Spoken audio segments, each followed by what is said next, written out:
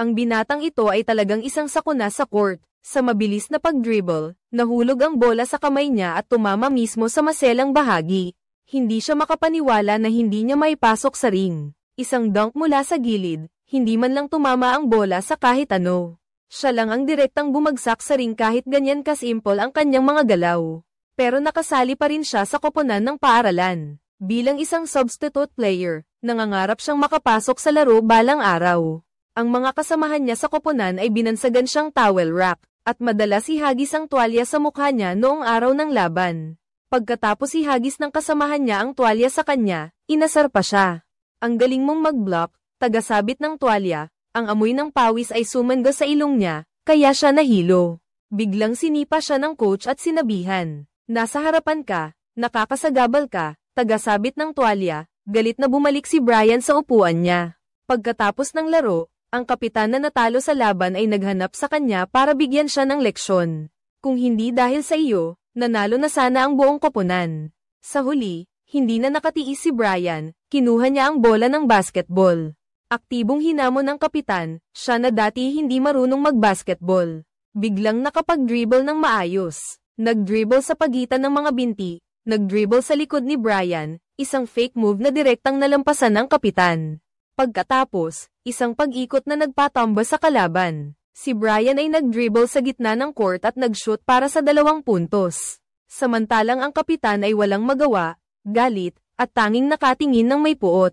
Naging mulat muli si Brian sa realidad ng laro, kanina. Ay kathang isip lamang pala, sa sandaling ito, biglang narinig niyang tinawag siya ng coach. Tuwang-tuwa siyang tumayo, inakala niyang papapasukin na siya sa laro sa mga huling minuto. Ang resulta, sinigawan siya ng coach, "Bumalik ka na sa pagdadala ng tubig, huwag mong hadlangan ang mga manlalaro." Sa loob ng court, si Brian ay puno ng pagkadismaya, subalit ang tagapag-asikaso na ito ay magbabago. At magiging pinakamahusay na high school basketball player sa Amerika. Paano niya ito nagawa? Tingnan natin pa. Pag-uwi sa gabi, pinanood ni Brian ang laro ng NBA, inisip niya na magiging isang superstar scorer siya. Tulad ng kanyang idolo na si Kevin Durant.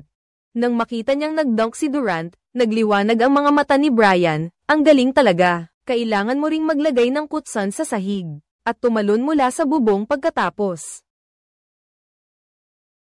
Ang eksenang ito ay in-upload sa internet ng isang kaklase, at naging madilim na kasaysayan niya ng araw na iyon may isang magandang bagong transfer na babae sa paaralan. Nang makita niya itong naglalakad at ngumiti, si Brian ay agad na nahulog ang loob sa unang tingin. Pagdating ng oras ng pagkain, dala ang kanyang kahon ng gatas, lumapit siya sa babae. Nang mga 1 metro na lang ang layo, biglang lumingon ang babae.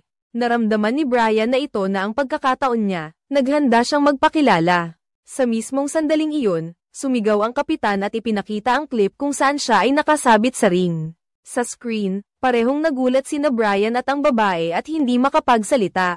Sumigaw ang mga kaklase, kaya naman malungkot na umalis si Brian at pagdating sa bahay, biglang isinama siya ng kanyang ama para manood ng laro ng Thunder Team. Tuwang-tuwa si Brian at sumisigaw hanggang sa maubusan siya ng boses. Sa halftime, mayroong interaksyon sa mga manonood kung saan random na pumili ang host ng isang tagahanga para pumunta sa court at magtangkang mag 3-point shot mula sa gitna ng court. Kung makapasok, hindi lang siya makakatanggap ng $20,000. Kundi mayroon ding commemorative edition na bola. Si Brian ay pinalad na mapili. Habang umaakyat sa court para mag-shoot, kinakabahan siya ng husto at halos hindi makahinga. Sa sandaling iyon, bigla siyang nakarinig ng may tumatawag sa pangalan niya. Lumingon siya at nakita ang kapitan sa gitna ng mga tao na nag-thumbs up. Pagkatapos ay umikot ng 180 degrees pababa, si Brian ay nakaramdam ng matinding pagkainis. Ngunit mabilis niyang inayos ang kanyang kalooban. Ito na marahil ang pinakamahalagang tira sa kanyang buhay. Kinakabahan si Brian at itinapon ang bola. Ang bola ay gumuhit ng kurba at tumama sa mascot ng koponan.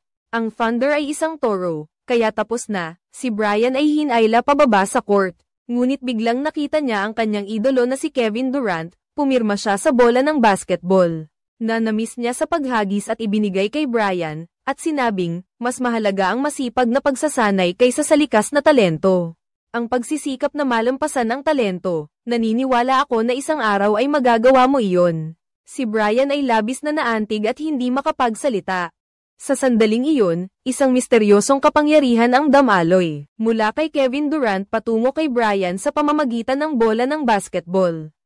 Pareho silang natigilan sandali. Kinaumagahan, habang nasa klase ng anatomy, kinuha ni Brian ang isang specimen at inikot ito sa kanyang daliri.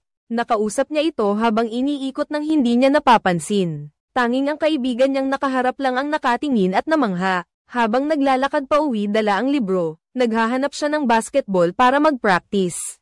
Pinigilan siya ng kapatid niyang babae at inaya sa costume party. Napilitang sumama si Brian at hindi inaasahang nakita niya ang team captain na nanliligaw sa campus beauty. Dito, kapag tumama sa ring, mananalo ka ng teddy bear. Bawat tira ay $100, mas marami kang tama, mas malaki ang teddy bear. Ang team captain, isang tira, $100, $200, $300, $400. Sunod-sunod na 4 na tira, lahat pumalpak. Naglagay pa siya ng $100 sa mesa. Hindi napigilan ni Brian na tumawa ng malakas. Lumingon ang team captain at sinigawan siya. Mayabang ka pa ring nakangiti, nabayaran mo na ba ang bill sa ospital para sa mascot? Pagkatapos, inihagis niya ang basketball sa kamay nito, na parang naghahagis ng tuwalya. Subukan mong maghagis.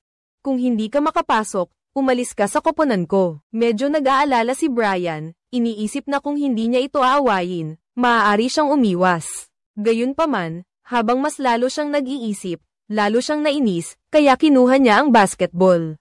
Sa sandaling iyon, ang perpektong bola ay dumiretso sa ring. Nagulat din si Brian, kailan pa siya naging ganito kahusay maghagis. Ang kaibigang maganda ay nakangiti ng malapad, habang ang kapitan ay natigilan. Agad siyang naglagay ng $100 sa mesa, tsamba lang yan. Kung kaya mo, maghagis ka pa ulit. Naghagis ulit si Brian ng 3-pointer, perpekto ang pagpasok ng bola sa ring. Naglagay ulit ng $100 ang kapitan. Hagisan mo pa ulit, ilang beses na pinagpag ni Brian ang bola, at naghagis ulit 3 points na naman. Sa pagkakataong ito, hindi na nakipaglaro ang kapitan. Kinuha niya lahat ng pera sa mesa at umalis. Ang amo ay napaka-derebero. Ibinigay niya ang pinakamalaking stuffed bear kay Brian, na agad naman niyang ibinigay sa kanyang crush. Magkayakap na naglalakad sa kalsada ang dalawa na may dalang stuffed bear, habang ang kapitan ay mukhang hindi nasisiyahan. Kinabukasan, nag-ensayo ulit si Brian ng basketball, hindi na nahuhulog ang bola sa kamay niya tulad ng dati. Lahat ng 3-point shots niya ay pumapasok, at nakagawa siya ng serye ng magagandang galaw. Kaya naman, nagulat na lang siya, ako ba talaga to? Biglang naalala ni Brian ang nakakahiyang pagtalon niya noon. Tinitigan niya ang ring na parang kalaban, umatras siya ng 2 hakbang. Nag-dribble siya, bumilis, tumalon, at ibinato ng malakas ang bola sa ring. Kinaumagahan, sa court ng school, pagkatapos mag-warm up ni Brian ay agad siyang pumunta sa court. Agad namang kumunat ang noo ng coach, anong ginagawa ng batang laging tagakuha ng tubig dito sa court? Ang nakakagulat ay naglakas loob ang binatang ito na huminin. Ang kapitan ng coach, na medyo nagalit.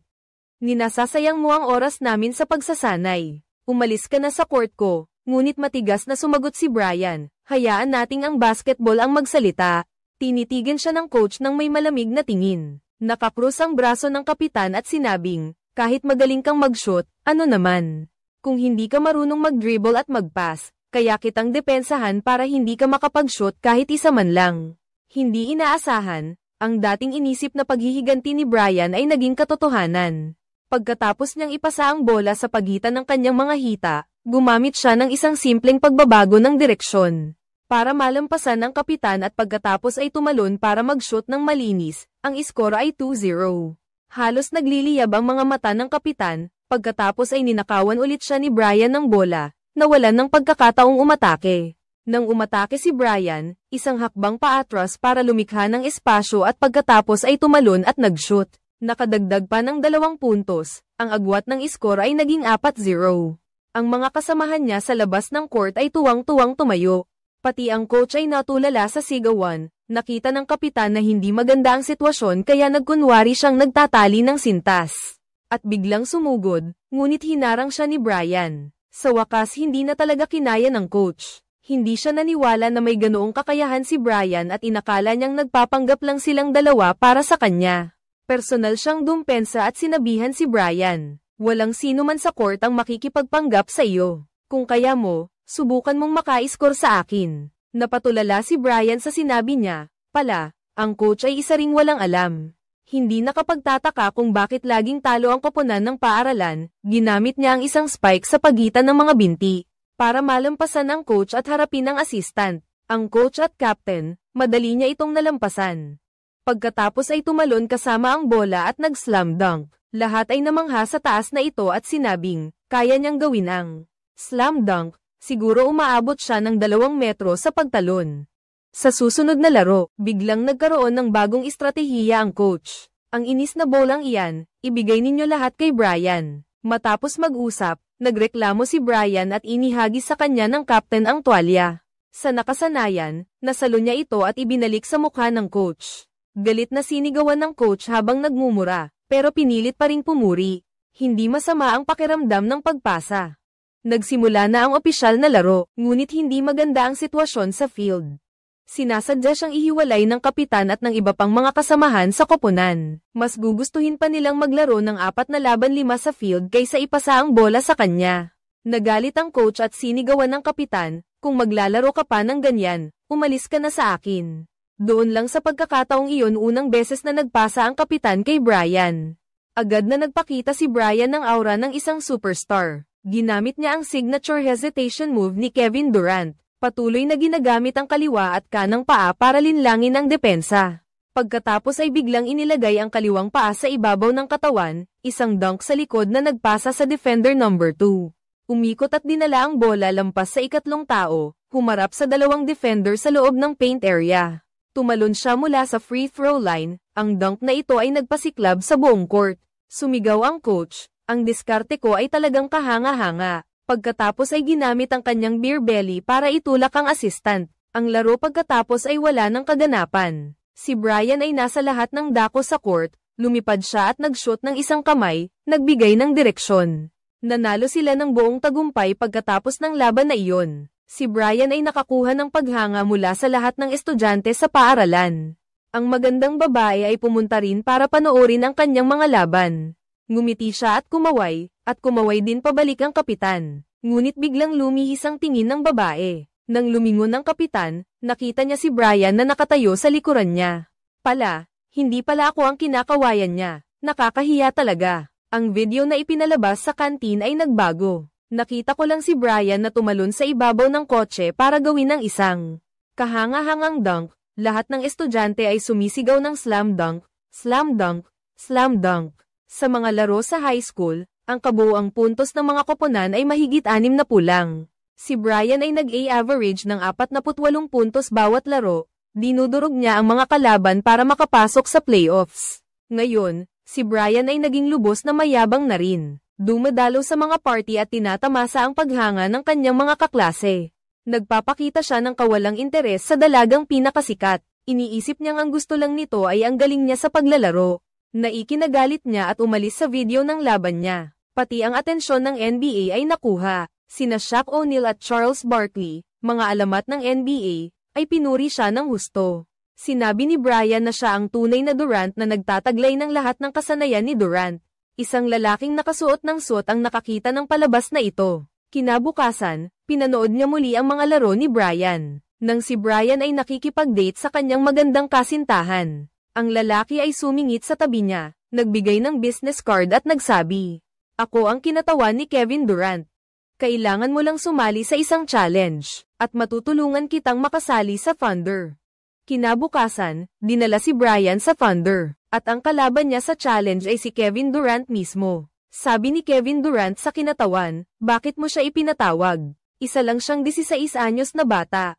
Itinulak ng kinatawan si Brian sa court para mag-isa silang maglaban. Hinarap ng kanyang idolo, ibinigay ni Brian ang lahat. Nag-dribble siya, isang biglaang fake out, nalusutan niya si Brian, nag-shoot, at nakascore ng 2 puntos. Sa pangalawang atake, hawak ni Brian ang bola, nagbabanta, pagkatapos ng isang probang step, at saka binago muli ang direksyon at ipinasa sa basket. Sa ikatlong pag-atake, ginamit ni Brian ang signature move ni Durant.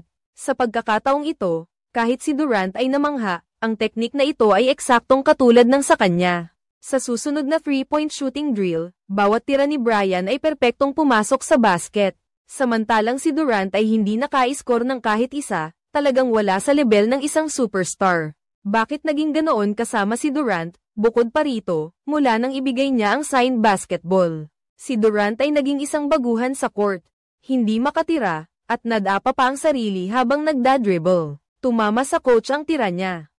Kahit ang dunk ay hindi niya maipasok sa ilang nakaraang laro, si Durant ay may napakagandang istatistika. 67 na tira, 3 lang ang pumasok, 21 na 3-point shots ay wala ring pumasok, at may 43 turnovers. Ang pinakamainit na usapan sa NBA kamakailan ay, ano na nga bang nangyayari kay Durant? Sinuri ng kanyang ahente ang mga video ng laro at sinabing ang pagbibigay ng basketball ay nagpalit ng talento sa basketball ng 2 tao. Kaya niya inorganisa ang challenge na ito. Si Brian, bilang isang tagahanga ni Durant, ayaw niyang bumaba ang antas ng kanyang idolo kaya gusto niyang ibalik ang talento sa kalaban. Muli nilang hinawakan ang basketball. Ganap na inulit ang pag-uusap at kilos noong araw na iyon. Ngunit wala pa ring epekto. Sinubukan pa ng ahente ang mga pamamaraan tulad ng pag-e-espesyal at maging ang pagkakuryente. Ngunit masama pa rin ang pakiramdam ni Durant sa bola. Ang dahilan kung bakit siya nagmamadali ay dahil ngayong gabi ang huling pagkakataon ng koponan. Kung matalo ang Thunder sa larong ito, matatanggal sila sa playoff. Nang makita na walang silbi ang lahat ng paraan, inalo ni Durant si Brian at sinabing, umuwi ka na lang ng mahinahon.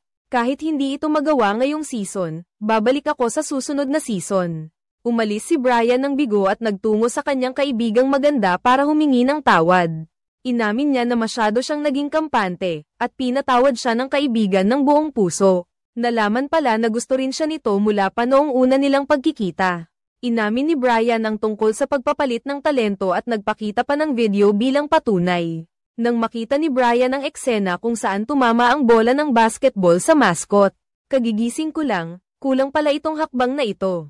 Nagmadali kang nagbisikleta papunta sa arena ng Thunder team. Sa oras na ito, kritikal ang sitwasyon ng Thunder team. Si Durant ay nawalan ng pakiramdam sa bola. Pagkatapos ng unang quarter, ang Thunder team ay nahuhuli ng 37-53 ng Hornets team. Nakita ni Brian si Durant na kinuha ang commemorative basketball at ipinukpok sa ulo ng mascot na baka. Ang dalawa ay kinuha ang bola at inulit ang usapan nila noon. Muling sumabog ang misteryosong kapangyarihan. Nagsimula ang ikalawang quarter. Si Durant ay naglaro na parang sinapian. Mag-isa siyang nakapuntos ng 32 puntos, pinangunahan ang koponan sa isang kamanghamanghang pagbabalik. Samantala, nawala na sa sarili si Brian at malapit nang sumabak sa championship. Naniniwala ang lahat ng kasamahan niya na basta't nandoon siya, tiyak na mananalo sila. Biglang naramdaman ni Brian ang mabigat na pressure sa court, naging isang makina na lang siya sa pagpasa. Hindi siya nang ahas na mag-shoot, sa tuwing makakakuha siya ng bola, ipapasa niya agad sa mga kasamahan. Nalito rin ang mga kasamahan niya at nagkakaroon ng mga simpleng pagkakamali. Nang malapit nang mapunta sa isang panig ang laro, biglang nakita ni Brian si Durant na nanunood. Nakita niya ang kanyang idolo na nagbibigay ng inspirasyon. Biglang nabawi ni Brian ang kanyang kumpiyansa, tinawag niya ang mga kasamahan para hikayatin sila at sinabi, sa susunod, huwag nating bibitawan ng kahit isang bola, depensahan natin ng mahigpit. Nakakakuha ng bawat puntos habang si Brian ay nakatutok ng buong puso sa laro. Bigla niyang napagtanto na kahit hindi na siya nakakapuntos, ang kanyang depensa ay biglang naging matalas. Paulit-ulit niyang ninakaw ang bola mula sa kalaban at nag-assist sa mga kasamahan niya para umatake. Sa tulong ng buong koponan, hindi na nakapuntos pa ang kalaban. Mabilis na bumaba ang iskor sa 60-62. Sa huling pagkakataon para umatake, napunta ang bola kay Brian. Hindi siya naglakas loob na kumilos at lumingon para makita si Durant na kamakaway sa kanya. Mabilis na ipinasa ni Brian ang bola sa kanyang kasamahan, ngunit hindi niya inaasahang ibabalik ito ng kalaban. Mabilis siyang nagpasa sa isa pang kasamahan, ngunit halos makuha na ito ng kalaban. Pagkatapos makuha muli ang bola, nakita niya na 4 na segundo na lang ang natitira. Dahil hindi na siya makakapag-organisa ng opensa, naghagis siya ng 3-pointer. Ang bola ay gumuhit ng isang napakagandang kurba, at nanalo ang koponan ng Eagles sa kampyonato. Binuhat si Brian ng kanyang mga kasamahan, pati na ang kapitan. Tiningnan siya ni Durant, pumalakpak bilang pagbati, at pagkatapos ay umalis. Nagtatapos na ang pelikula. Ang pelikulang ito ay pinamagatang Thunderstruck. Ang tanong ngayong pagkakataon, madalas ba kayong naglalaro ng basketball? Kung araw-araw kayong naglalaro, mag-comment ng numero 1. Kung paminsan-minsan lang, mag-comment ng numero 2. Kung hindi pa nakakapaglaro, mag-comment ng numero 3. Salamat sa inyong pagsubaybay. Paalam at kita-kits ulit.